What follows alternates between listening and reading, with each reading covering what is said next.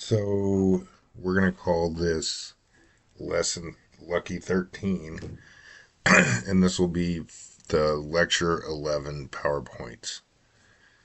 This might be a long lecture. Let's see how many slides. Yeah, I have quite a few slides. So I might split this up. We'll see. Anyway, we know about meiotic recombination. We talked about that. And so during prophase 1 of meiosis, we have mom's chromosome, and let me just represent dad as blue, and dad's chromosome. So they've already gone through S phase, and they've duplicated, and they're held together by centromeres, which we already know. So these are sister chromatids, and we know that they align as tetrads on the metaphase plate, but they move as tetrads too, and the way that they do that is because of that crossing over events. We also call it synapsis and or homologous recombination. Right, and it's called homologous because it's between homologs.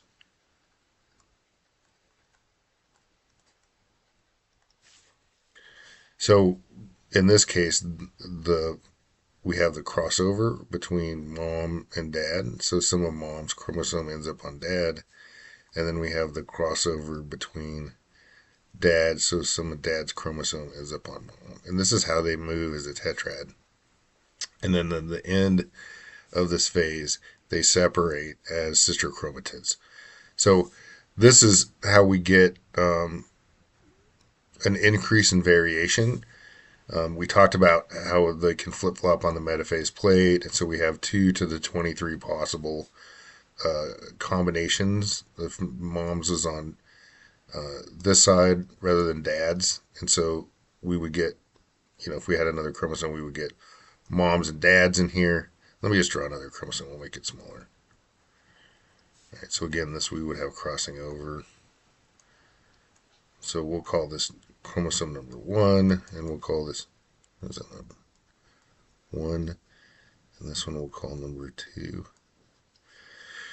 And so mom and dad can line up like this, but also dad can line up over here instead of mom, right? And so that is just independent assortment, and that increases to variation. But we also have recombination, which also leads to more variation. And we talked about this already, so that's a review.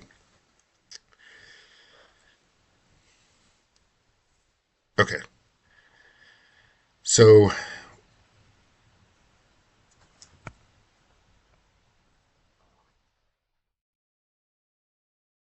this term is referring to meiotic recombination, not homologous recombination. So we have the parentals. This one is homozygous recessive. This one is homozygous dominant for 2 different genes, right? So, you could call this green and white or whatever. But anyway, so we know the gametes produced, we can only make little g, right? No matter which one of these is transferred to the gamete.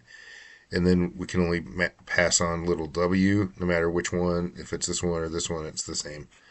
Same thing here. So we can only get big G and big W. This can only be little g, little w. So we already know the gametes made by the parents. And then when these combine, right, when the egg is fertilized, it makes the F1 offspring. The F1 offspring is then going to make gametes. So we have little g, right, combined with big G, right, from this end and over here, and little w from here and big W from here. So this offspring ends up being big G, little g, and little big W, little w, and this is heterozygous, which again is just review. This thing. I don't know if you can see this or not, but I can. Okay. So we have gametes being produced by the myocyte, right? It's the cell that makes gametes.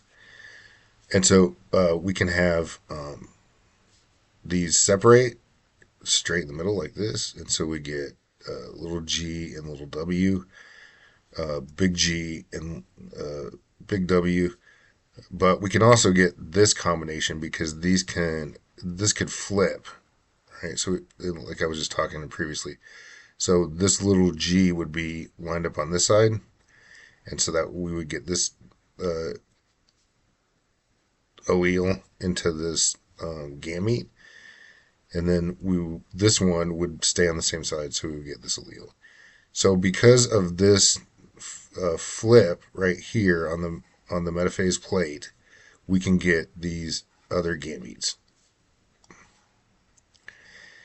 And these gametes are different than the parental gametes. So these are called parental gametes because this one resembles the gamete of this parent, and this one resembles the gamete of this parent.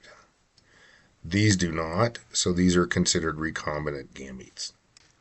And that's just terminology that's used in genetics. All right, so not all genes assort independent of each other. If they're on separate chromosomes, then they will.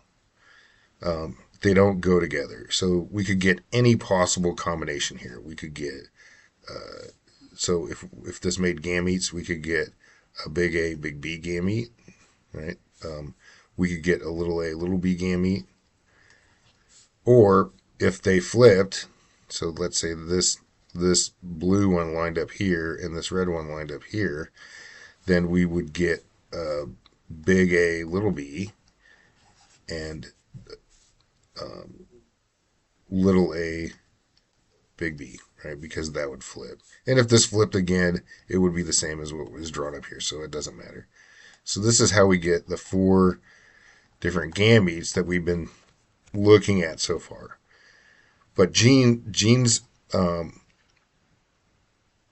that are on the same chromosomes don't assort independently.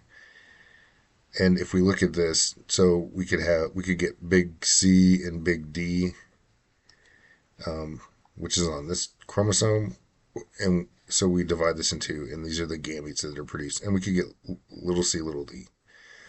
If this flips, it makes no difference, right? Because we're going to get this and this. So there's only 2 different kinds of gametes. These don't matter because they're the same. If the genes are on the same chromosome. And so this is called linkage.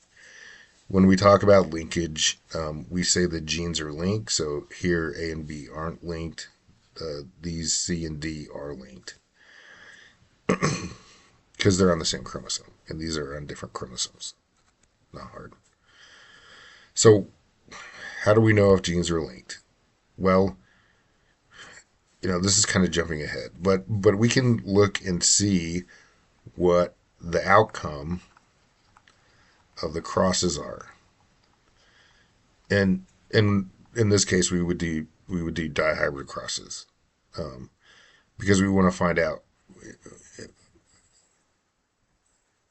if we're because we have to do that because there are 2 genes. So if we do a dihybrid, right, we would expect to get all 4 gametes. But if they're linked, we only get 2 gametes. Now, we can still get variation because we have crossing over. And this is homologous recombination, not meiotic recombination, homologous recombination, which occurs in prophase 1, which we talked about. So when we get the crossing over, we can get a few of the additional gametes.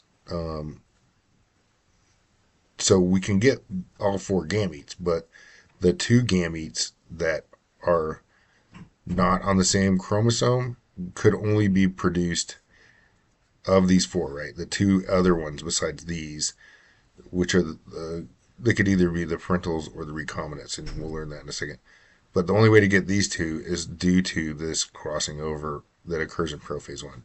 And so because this crossing over doesn't occur all the time or at the same place, it's kind of random, then you're going to get a lower number of offspring, offspring with the recombinant gamete. I'm sorry. I don't know why this board is being weird, but anyway, hopefully you can read that. So this is pretty straightforward, right? Like if you were throwing a dart at this target, um, it's much harder to hit the bullseye than it is to hit anywhere else, right? Because um, it's a bigger area. So if we have two genes that are linked, but they're really far apart on the chromosome. So let's say that this is A and this is B. And so if we were to take this as an example, the only gametes that could be produced are big A, big B, and a, little b. Even if these flip on the metaphase plate, we're not going to get any different gametes. So these would be the gametes. Now, if we have crossing over, if you have a crossover event in the middle of this chromosome, then this would be the new chromosome, right? So we could get a, little b, but only due to recombination. And then because of that crossover event, we just follow this one. So we would get big A, little b, also as a crossover event. And because these are far apart, there's lots of spaces where we could have this crossover event. And so we would expect far more recombinant uh, gametes than we would if they are far apart. So let's do another example where A and B are really close together. So let's say A is here and B is right next to it.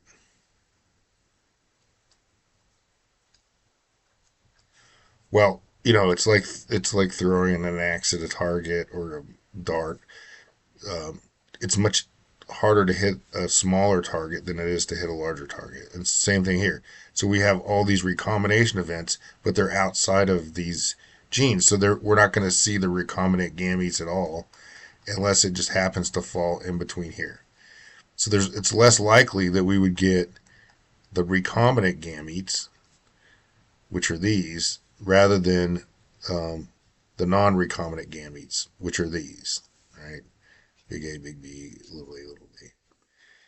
And so because we get fewer offspring the closer the genes are, we can map these genes using the strength of the linkage, right? When that refers to how close they are to one another. And then, basically we want to draw a map because that tells us where the genes are located on the chromosome. This is an example of a map that was produced not from sequencing DNA or anything like that, but it was produced by doing these recombinant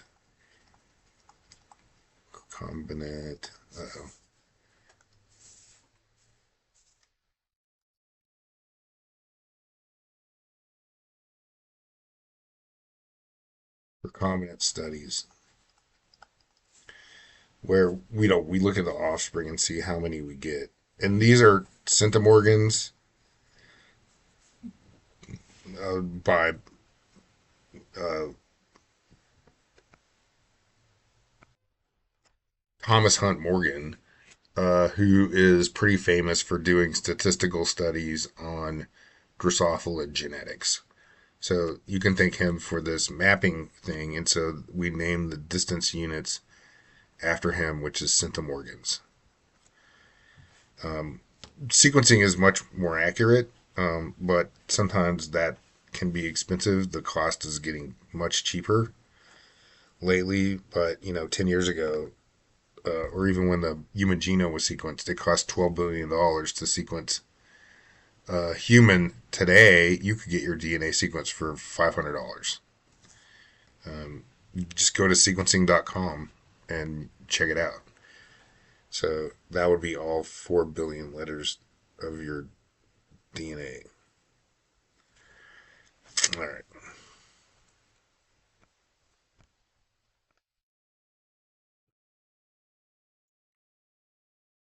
Okay, so how do we know if it's linked? I mean, it's super simple.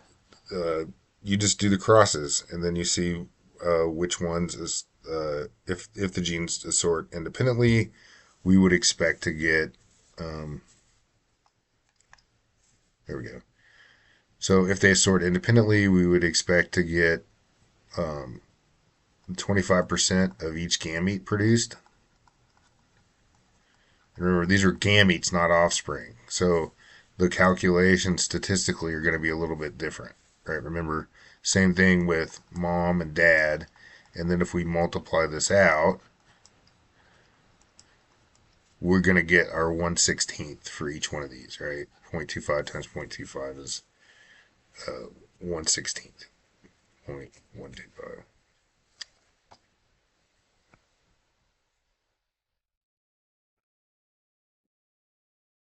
Sorry, my math is a little bit off. So it's still, where'd it go?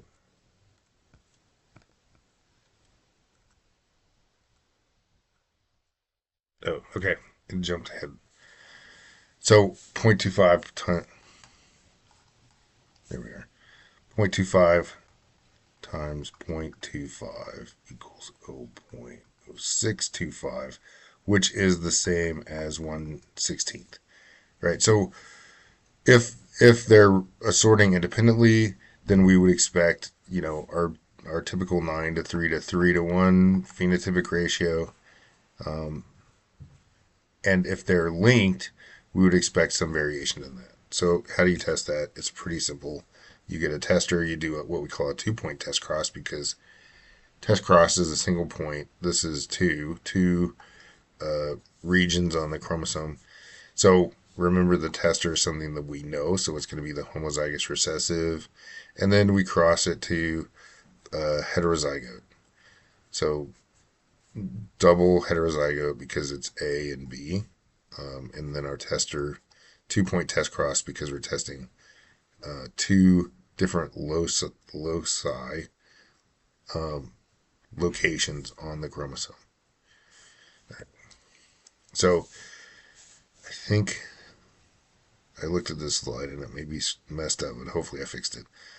All right, so we have the dihybrid. It's heterozygous, big A, big B, little b, and then our tester, which is little a, little a, little b, little b.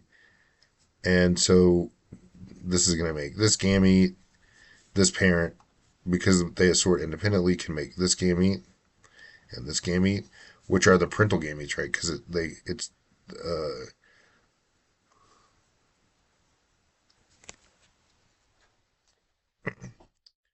sorry, that's not right. This one is the other parent here. So those are the parental gametes, and then these are the recombinant ones, the ones that would flip on the metaphase plate, right? If we flip these, if we had a meiotic recombination and we flipped them, so mom's is on this side and dad's, so I'm using mom as, so mom is red and dad is blue. So if we have this flip, then we would have the red one on this on the bottom, which would be, and then the blue one would switch. So we would get our recombinant gametes, which we just talked about. And then of course there's 25% of us getting each of these gametes, and then we would have 25% that both would be dominant, neither dominant, only A dominant, and only B dominant. All right. So let's say we do this test cross and we get 98 that are dominant for both traits. So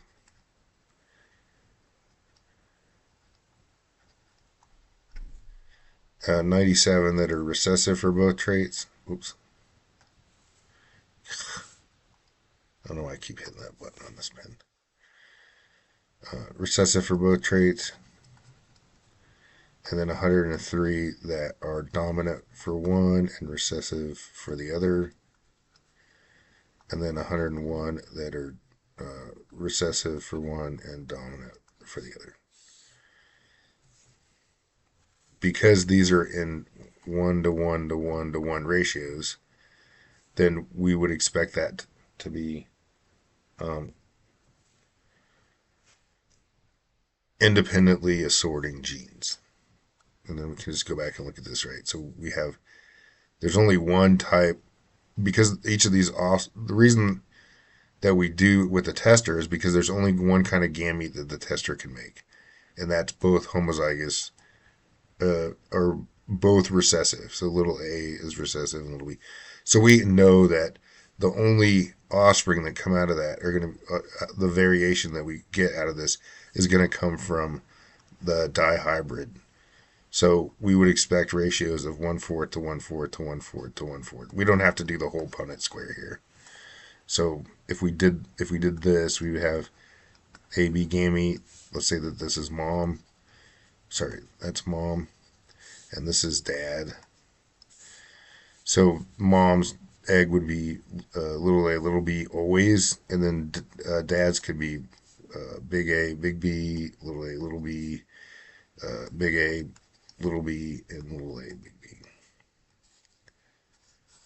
So we would expect a fourth of them to be this, a fourth of them to be this, a fourth of them to be this, and a fourth of them to be this.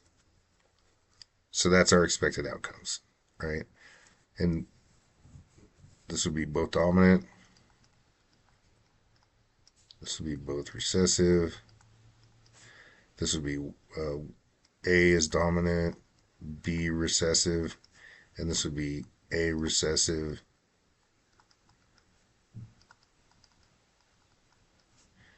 and B would be dominant. All right, so hopefully that explains it, why we're doing this test cross. And so because we got a 1 to 1 to 1 to 1 ratio, pretty close, you could do a chi-square on it to test it, but I guarantee you that chi-square is going to be well below. And then degrees of freedom, so there's 4 possible outcomes, so our degrees of freedom is 4 minus 1, which is 3. So, it's going to be well below that chi-square value, critical value. All right, now, if we do a 2-point test cross and the genes are tightly linked, which means they're very close together, so close, which we would hardly ever get a recombination event, if ever, depending on how many offspring it had, you have. So here's the parent. It can only pass on this into a gamete or this into a gamete. If these flip, right? So if they have meiotic recombination, it doesn't matter because they're still going to only be able to produce those gametes in those ratios. So 50% would be big C, big D. 50% would be little c, little d. 0%. So because these are linked, they can't go. They have to go on the same chromosome. They can't just jump off the chromosome. So we cannot get big C, little d, and there's 0% chance of getting little c, big D. So these gametes are not made because the only way they could get made is through recombination between those 2 points. And then the tester, right, it's always going to be recessive for both traits. So 50% are going to be due to this, and 50% are going to be due to that. So half of the offspring, we would get both dominants, right? So big C, big D, little d. And then half of the offspring, we would get recessive for both traits. And this is what we would expect if those genes are linked or tightly linked. So we would get some sort of outcome like this, like 151 offspring. We would expect them in equal proportions, right? Because 50%, 50%. And this tells us that the genes are tightly linked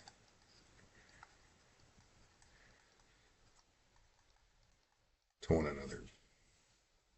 Because we couldn't get these without homologous recombination crossing over events. All right, so we already talked about crossing over. I think I've even showed you this exact slide.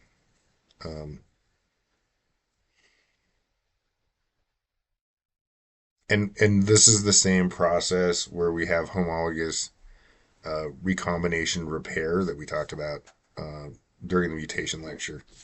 But basically, this is just the artist rendition of how this crossing over occurs. So this is big A homozygous dominant for A and B. And this is the yellow. For purple, it's homozygous recessive, so this is little a, little a, little b. If these separated and we got gametes, we would only get little a, little b, or big A, big B gametes from that. But we can exchange genetic information. So here's where we get the recombinant ones. We get the recombinant chromosomes, where part of mom's is on dad's and part of dad's is on mom. Easy enough. Okay, so there's two ways to get recombination. So independent assortment and then crossing over. So this is meiotic recombination that occurs during meiosis. Independent assortment is when it flips on the metaphase plate. Crossing over is when we have exchange of genetic material and chromosomes. Okay.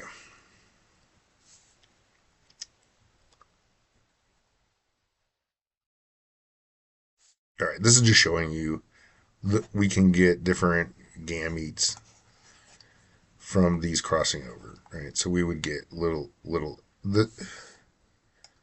just try to, so this would be the new chromosome. We're just going to follow it across, right? So that would be little a, big B, and then this would be the new chromosome here. So we follow this across, which would be big A and little e. So these are the recombinants, this one and this one. And then these are the parentals because these look just like the parents' gametes.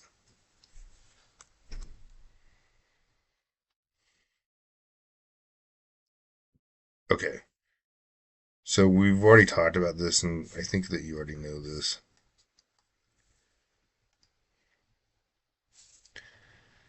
So we're going to do the 2-point test cross. We have the tester, right, homozygous recessive for both traits.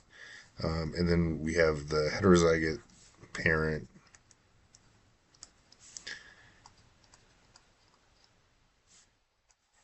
Okay, so these genes are linked, but they're not tightly linked. So we could get a recombination anywhere along here. We use purple. So there's a lot better chance of getting a recombination event because they're further apart. And so here we would expect a higher number, right, than 0, which we got before when they were really close together. And so it really depends on how many recombinant events there are and how often they occur. But you can kind of tell the further things are apart, the higher this number is. This is kind of an artist's exaggeration of this. There would probably be more like this than this far apart. It'd be more like this far apart.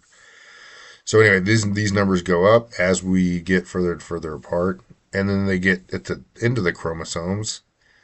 They would recombine so often that it would look like it's independent and not linked. And then this is just showing it's closer together. This numbers go down. The closer they get to one another, the lower the recombinants. So crossover frequency measures the distance between the two genes. I think we know that. And so we can sort of map these out. A and B are further apart. So we would expect a lot more, if we just drew recombination events in here, we'd see there's a lot more lines between A and B than there is between B and C. Now we might not be able to tell A and C apart because they're too far apart from one another, and we get recombination events that look like independent assortment. So, but we can walk, right, by looking at the recombination between these two, and then we make a map. Right? It's kind of like measuring from here to Tucson and then from Tucson to Mexico. So you don't have to measure from here to Mexico to get that map. You're just measuring two independent points that you know are next to each other. All right, so this is how we can measure the genetic distance or crossover frequency. Move this a little bit in. Okay. So we look at the number of progeny, and so the centimorgan distance is simply the recombination frequency. So here we have a total of 143 plus 146 plus 41 plus 36 offspring.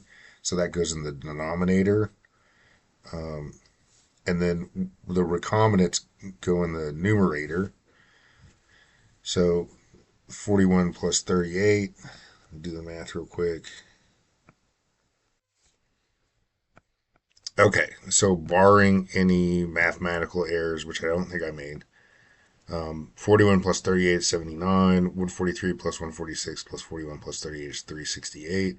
And then if you do that math out, it comes out to 0.21467, which rounds down to 0.21.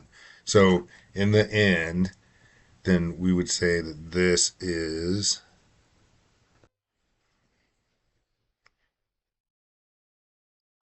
21 centimorgans, which is lowercase c and uppercase m.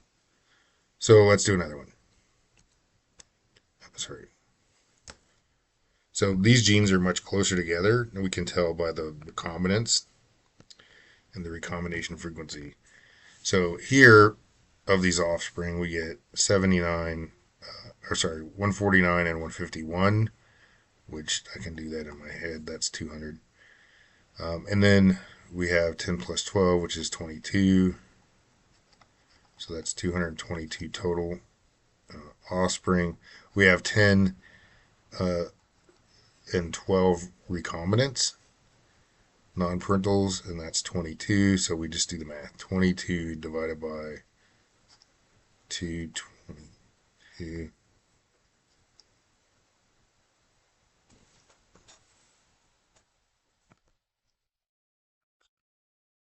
Okay, so apparently I can't do the math in my head. So 149 plus 151 is actually 300, not 200. So that gives us 322. And so we have 22 divided by 322, which is 0.6832. So anyway, we can round this up 0.06, so 0.06. And so we could round that up to 0.07. So we would say that this is 7 centimorgans, right? 7% of the offspring are recombinants. And so we just convert that into centimorgans because centimorgans is the percent, literally means the percent of the recombinants. Recombinants. And 7%, we just use, instead of percent, we just replace it with centimorgans. All right. So now we know the distance between A and B is 21 centimorgans, and then we know the distance between B and C is 7 centimorgans.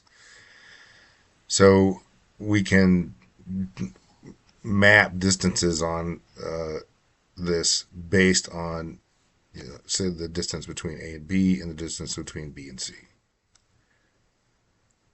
And then this is just saying 1 centimorgan is 1%. So 0.01 is 1 centimorgan, right? We just say this is 1%, which is equals 1 centimorgan. Okay, so then we can say that the distance between A and C is the addition of both of these, and so we can estimate that to be 28 centimorgans when we haven't actually done the cross. But in order to verify that, C isn't here, right? Because we would know that unless we did the same test with A and C. C could be here or here. We're not sure. We just know the distance from B, right? And we don't know the direction. All right, so how do we measure recombinant distance between two genes? It's super easy. We just did like a whole bunch of these. We do a test cross to a heterozygote for, so that's a 2-point test cross. So that's between a dihybrid. And then we classify the organisms based on their phenotype. We count them up. We calculate the percentage of offspring that are recombinants, and then we just convert that to centimorgans. So it's super easy. Um, we already covered that. I don't think this is a big deal. So let's just do a practice, um, and I'll see if I can do a better job doing math here. So we have the recombinants, right, are always going to be the lower number. So 48 plus 52, and I'm pretty sure that's 100. And then we have 458 plus 442. I did these on purpose so that it would be even numbers. So this should be, um, make sure, 900, right? Plus the 100 of recombinant, so it should be 1,000. So that should be zero point 0.1. 100 divided by 1,000 is 0.1. So this would be 10 centimorgan distance.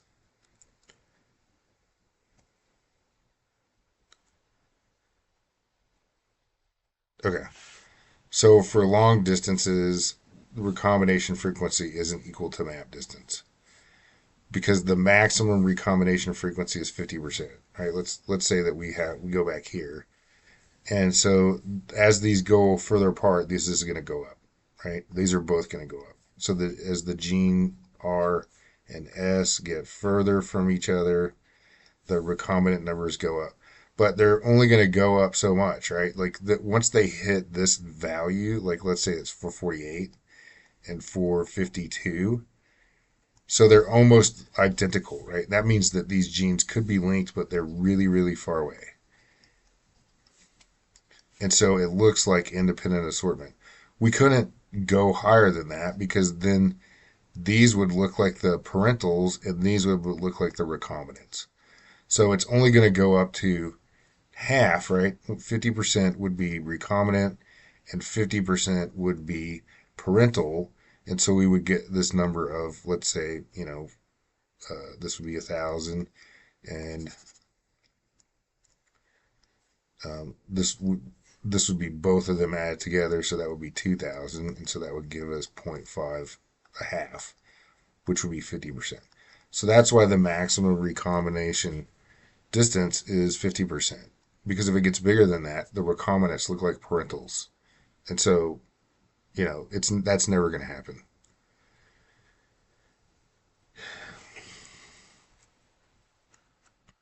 This is just saying the same thing, right? If we have two genes that are greater than 50 centimorgans apart, it would still look like 50. So what if we're 100 centimorgans apart? Why don't they recombine 100% of the time? Well, they could, but again, even if they are recombining 100% of the time, so we have A here and B here, so this is the parental gametes. Even if they're recombining every single time, they're so far apart, they're recombining every single time, we're still going to get little a and big B at equal frequencies from the recombinants as we would from the parentals. So these would all be 1/4, right?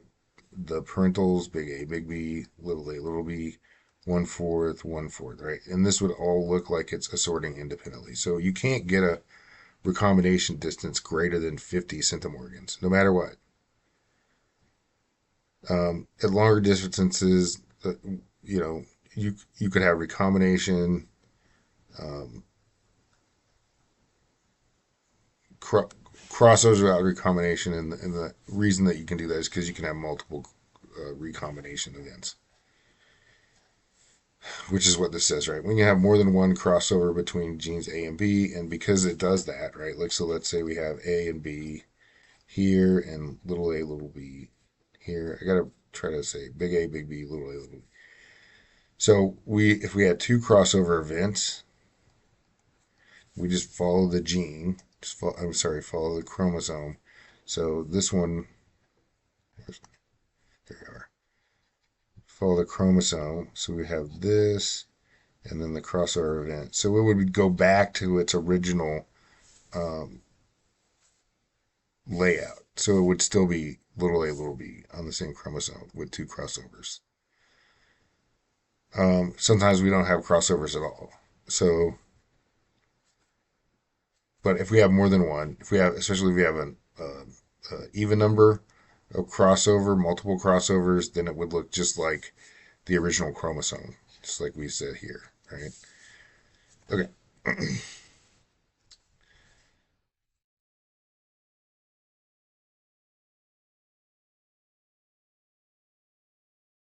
Okay, so this is just showing, this is illustrating it probably better than I can draw it out.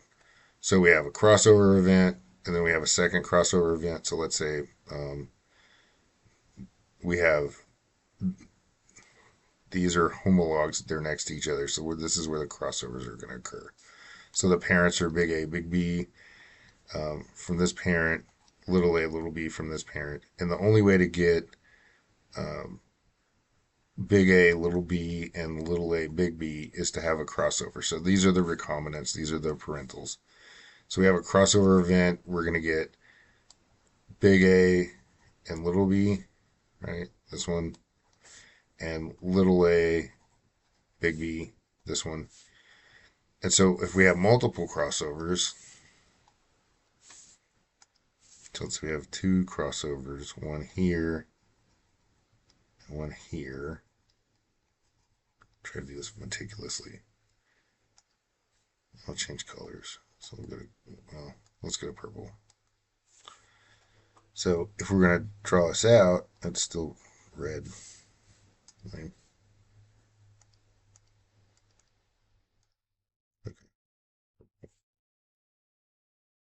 So if we draw this out, this would be the new chromosome, right? Which would still be this, follow this chromosome is still little a, little b, and this one would still be, we follow this chromosome, and this would still be big A, big B. So a multiple crossover doesn't change it at all. Um, if we have a single crossover, that we get the recombinants. If we have a triple crossover, and you can draw another crossover in here, and you'll see that again we get the recombinants. So if we have an even number of crossovers, nothing changes. We cannot get the recombinant gametes.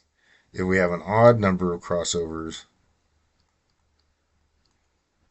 then we get the recombinants. And hopefully that makes sense. But you can just, it's hard to follow that because those are so close together, but you can do it out. Okay, so let's say that these things are 100 centimorgans um, across. So we get the crossover. The offspring are still going to be close to the same. I guess I've already explained this, so I'm not going to, no need to beat a dead horse. Um, recombination frequency underestimates the actual map distance. And when we talk about map distance, we're talking about like nucleotide, number of nucleotide distance. Push that button. Back to red. Since I'm over here. Number of nucleotides between genes, right? Which is an actual real distance. And the only way to get that is to sequence the DNA. So this is what our observed recombination frequency and our actual distance. And the reason is because once we get here, these all look the same. It doesn't matter. So we can't go more than, 50 centimorgans. So at this point where these meet, they're going to look like they're actually the same as independent assortment. Okay. All right, so how do we measure distances between widely separated genes? Well, we simply add up the distances, right? So if we know the distance between A and B is 24, and B and C is 30, and C and D is 18, and D and E is 20, and E and F is 34, we can simply say their A and F are 126 centimorgans apart. It's like, what's the distance between here and Las Vegas? You can measure the distance between here and Wickenburg, and then Wickenburg to Kingman, and then Kingman to Las Vegas, and add those all together, and that would give you the distance. So it's nothing amazing here. All right, so this gets into the nomenclature part of it. So we have these terms, and these are new, so you're going to have to learn these. I'm sure make some note cards or something. But we have a coupling phase and a repulsion phase. So when we say coupling, they're both dominant and both recessive are on the same chromosome. Right? They're coupled together, um, and so these are apart. They're not on the same chromosome. So we have a heterozygote on each of the chromosomes, where here they're homozygous for each trait. All right. So this is known as cis. Like I don't know if you talk about this in biology, but we talk about cis and trans all the time, especially when we're talking about molecules. Like if we're talking about something with a double bond, like a trans fat, right? So if we have this is a um, unsaturated fat because it has a double bond in it, and so the chain of fats could go this way, right? And then the hydrogen would be on this side and this side. So this is actually a trans fat because these groups are across, right? Like if you take a transatlantic voyage, that's a cross. So trans means they're across, right? Like this. And cis means they're on the same side. So a cis fat would look like this. Double bond, and then it would be on the same side. So these are on the same side, and then our hydrogens are here. So this would be a cis fat, right? And this one is more flat, so it looks more like a solid at room temperature versus this, which is more of a liquid because it's spread out. Think of this as like a compact snowball. This is like a loosely packed snow. So this is going to be more solid.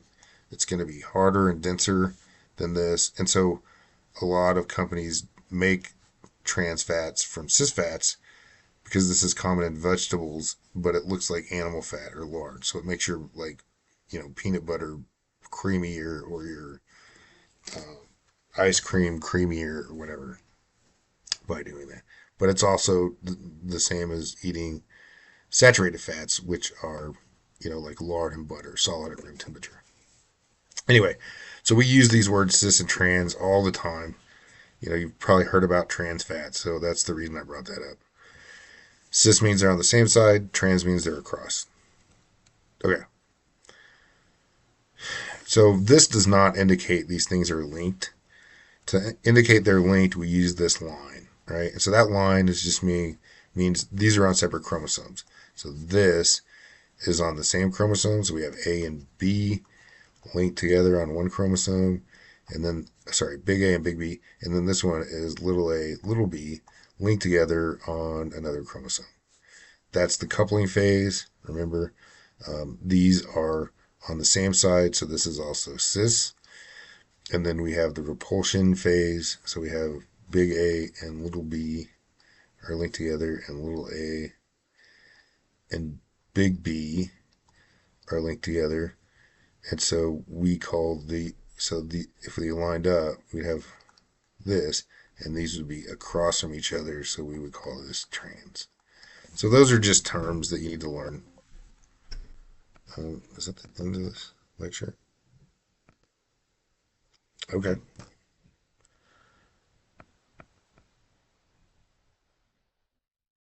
So anyway, on the test, I'll have some problems and some definitions that you'll need to know regarding how to calculate centimorgans and how to figure out the distances of different things.